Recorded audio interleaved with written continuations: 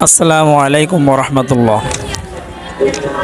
যেসব আমলের মাধ্যমে কল্যাণ অন্যদের মধ্যে সঞ্চারণ করে এবং দেশ ও সমাজের উপকারে আসে, তার অন্যতম হল জনপদ পাহারা দেওয়া।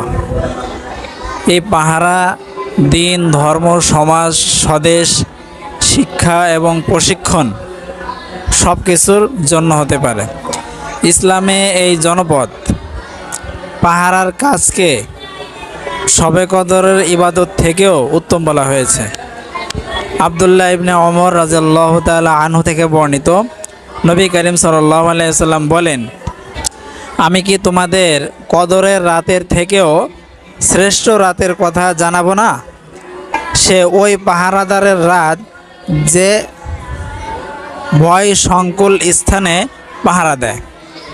তার আশঙ্কা হয় যে সে হয়তো তার পরিবারে জীবিত ফিরতে পারবে না। আল্লাহর পথে ও আল্লাহর সন্তুষ্টির জন্য জনপদ পাহারা দানকারী জাহান্নামে যাবে না। ইবনে আব্বাস রাদিয়াল্লাহু তাআলা আনহু বলেন, আমি রাসূল সাল্লাল্লাহু আলাইহি ওয়াসাল্লামকে বলতে শুনেছি, দুটি চোখকে আগুন স্পর্শ করবে না। এক চোখ যে আল্লাহর ভয়ে কান্না করে, আর এক চোখ যে আল্লাহর পথে রাত জেগে পাহারা দেয়।